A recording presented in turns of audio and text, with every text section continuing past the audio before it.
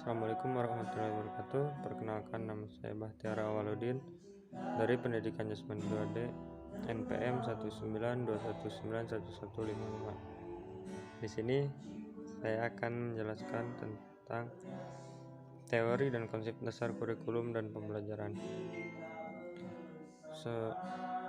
Selanjutnya di sini pembahasan masuk ke prinsip-prinsip pengembangan kurikulum. Yang pertama ada prinsip relevansi. Secara internal, bahwa kurikulum memiliki relevansi di antara komponen-komponen kurikulum, tujuan, bahan, strategi, organisasi, dan evaluasi. Prinsip fleksibilitas dalam pengembangan kurikulum mengusahakan agar yang dihasilkan sifat luas, lentur, dan fleksibel dalam pelaksanaannya, memungkinkan terjadinya penyesuaian berdasarkan situasi dan kondisi, tempat dan waktu yang selalu berkembang serta kemampuan dan latar belakang peserta didik. Yang ketiga ada prinsip kontinuitas, yakni adanya kesinambungan dalam kurikulum baik secara vertikal maupun secara horizontal. Pengalaman belajar yang disediakan kurikulum harus memperhatikan kesinambungan, baik yang di dalam tingkat kelas, antar jenjang pendidikan, maupun antar jenjang pendidikan dengan jenis pekerjaan.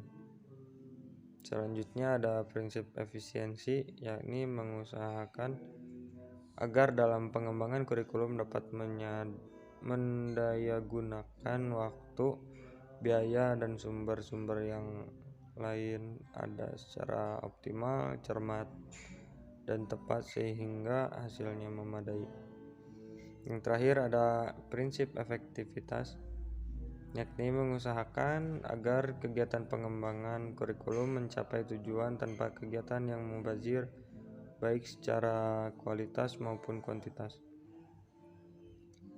Yang kedua, ada pengembangan kurikulum. Pengembangan kurikulum terdiri dari dua kata, yaitu pengembangan dan kurikulum. Pengembangan menurut KBBI adalah proses cara perbuatan mengembangkan. Istilah pengembangan menunjukkan pada suatu kegiatan yang menghasilkan suatu alat atau cara yang baru, di mana dalam kegiatan tersebut penilaian dan penyempurnaan terhadap alat atau cara tersebut terus dilakukan. Sedangkan kurikulum secara etimologi berasal dari bahasa Yunani, yaitu kuririan, berarti berlari, dan kurir yang berarti tempat berpacu. Dengan demikian, istilah kurikulum berasal dari dunia olahraga Yunani kuno yang mengandung pengertian jarak yang harus ditempuh oleh pelari dari garis start sampai finish.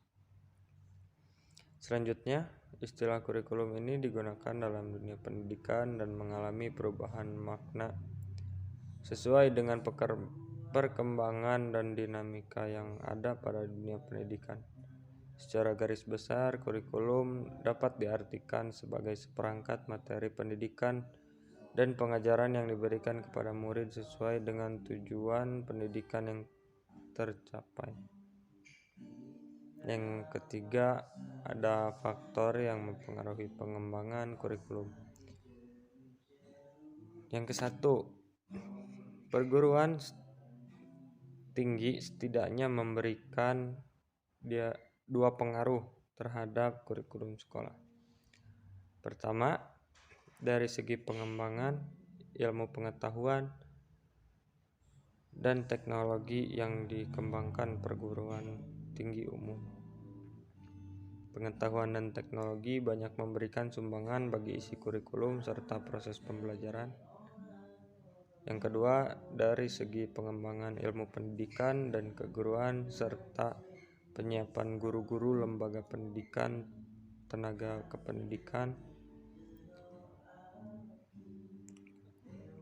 Kurikulum lembaga pendidikan Tenaga kependidikan juga mempengaruhi pengembangan kurikulum, terutama melalui penguasaan ilmu dan kemampuan keguruan dari guru yang dihasilkannya. Yang kedua, bisa juga masyarakat. Sekolah merupakan dari masyarakat. Sekolah merupakan bagian dari masyarakat yang diantaranya bertugas mempersiapkan anak didik untuk dapat hidup secara bermartabat di masyarakat. Sebagai bagian dari agen masyarakat, di tempat sekolah tersebut berada, masyarakat yang ada di sekitar mungkin merupakan masyarakat yang homogen atau heterogen. Sekolah berwajibkan menyerap dan melayani aspirasi-aspirasi yang ada di masyarakat. Yang ketiga, ada sistem nilai. Dalam kehidupan bermasyarakat terdapat sistem nilai, baik nilai moral, keagamaan, sosial, budaya, maupun nilai politis. Sekolah sebagai lembaga masyarakat juga bertanggung jawab dalam pemeliharaan dan pewarisan nilai-nilai positif yang tumbuh di masyarakat. Poin keempat, ada artikulasi dan hambatan kurikulum. Artikulasi dalam pendidikan berarti kesatu paduan dan koordinasi segala pengalaman belajar. Tanpa artikulasi akan terdapat keberagaman baik dalam isi, metode, maupun perhatian terhadap pengembangan anak. Untuk menyusun artikulasi kurikulum diperlukan kerjasama dari pihak para administrator, kepala sekolah, TK, sampai rektor universitas, guru-guru dari setiap jenjang pendidikan, orang tua murid, dan tokoh masyarakat. Salah satu hal yang sering dipandang menghambat artikulasi adalah pembagian menurut tingkat belajarnya. Hal itu menyebabkan tersusunnya organisasi mata pelajaran yang kaku. Hambatan-hambatan pengembangan kurikulum diantaranya: hambatan pertama terletak pada guru. Hal itu disebabkan karena kurangnya guru berpartisipasi yang disebabkan oleh kurangnya waktu,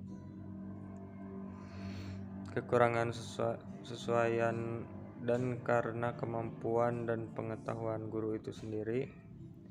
Hambatan lain yaitu dari masyarakat. Masyarakat adalah sumber input dari sekolah, keberhasilan pendidikan.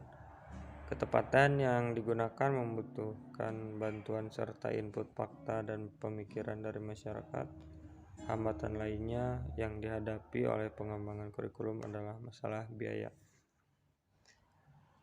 Yang poin terakhir, ada model-model pengembangan kurikulum.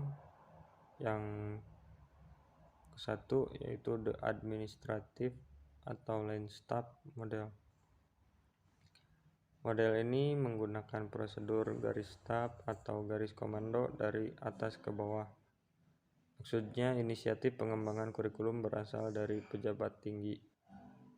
Kemudian secara struktural dilaksanakan di tingkat bawah. Dalam model ini, pejabat pendidik membuat panitia pengarah yang biasanya terdiri atas pengawasan pendidikan, kepala sekolah, dan guru-guru inti.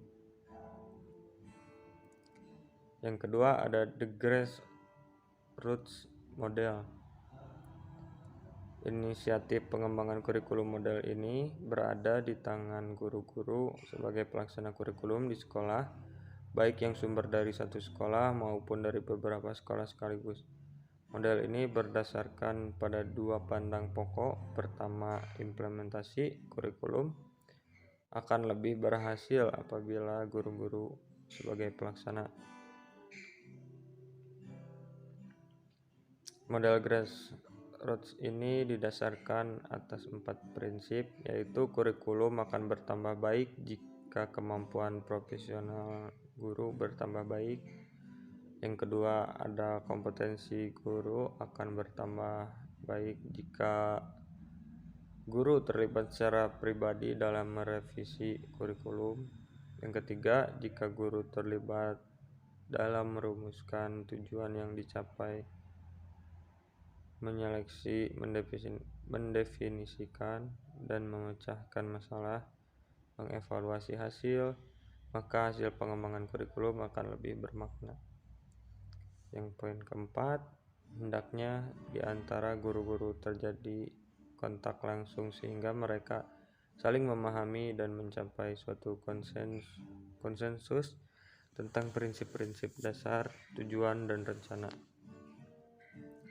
Yang ketiga ada the demonstration model. Model ini dikembangkan untuk memperkenalkan suatu inovasi kurikulum dalam skala kecil. Dalam pelaksanaannya, model ini menuntut sejumlah guru dalam satu sekolah untuk mengorganisasikan dirinya dalam memperbarui kurikulum. Lalu ada poin 4, Beecham model, sistem model. Di sini ada 5 langkah kritis dalam pengambilan keputusan pengembangan kurikulum.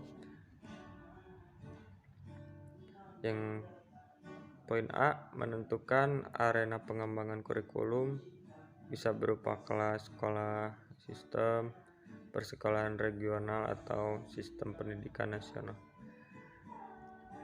Yang B, memilih dan mengikutsertakan pengembangan kurikulum yang terdiri atas spesialis hukum, perwakilan kelompok, kelompok profesional, dan guru-guru kelas yang terpilih. Poin C, pengorganisasian dan penentuan prosedur perencanaan kurikulum yang meliputi menetapkan tujuan kurikulum, memilih materi pelajaran, mengembangkan kegiatan pembelajaran, dan mengembangkan desain. Yang D, pelaksanaan kurikulum secara sistematis. Dan poin 5 ada Tabas Inverted Model. Model ini dimulai dengan melaksanakan eksperimen, diteorikan, kemudian diimplementasikan. Hal ini dilakukan untuk menyesuaikan antara teori dan praktik, serta menghilangkan sifat keumuman dan keabstrakan kurikulum sebagaimana sering terjadi apabila dilakukan tanpa eksperimental. Yang keenam ada Roger Interpersonal Relation Model. Model ini berasal dari seorang psikolog yaitu Carl Roger. Dia berasumsi bahwa kurikulum diperlukan dalam rangka mengembangkan individu yang terbuka, luas, dan adaptif terhadap situs perubahan.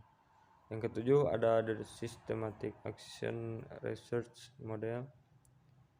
3 faktor utama yang dijadikan bahan pertimbangan dalam model ini adalah adanya hubungan antar manusia, organisasi, sekolah, dan masyarakat, serta otoritas ilmu. Dan poin terakhir ada Emerging Technical Model. Model teknologis ini terdiri atas 3 variasi model, yaitu analisis tingkah laku, model analisis sistem, dan model berdasarkan komputer. Terima kasih, sekian dari saya. Kurang lebihnya mohon maaf. Wabillahi taufiq wal hidayah. Assalamualaikum warahmatullahi wabarakatuh.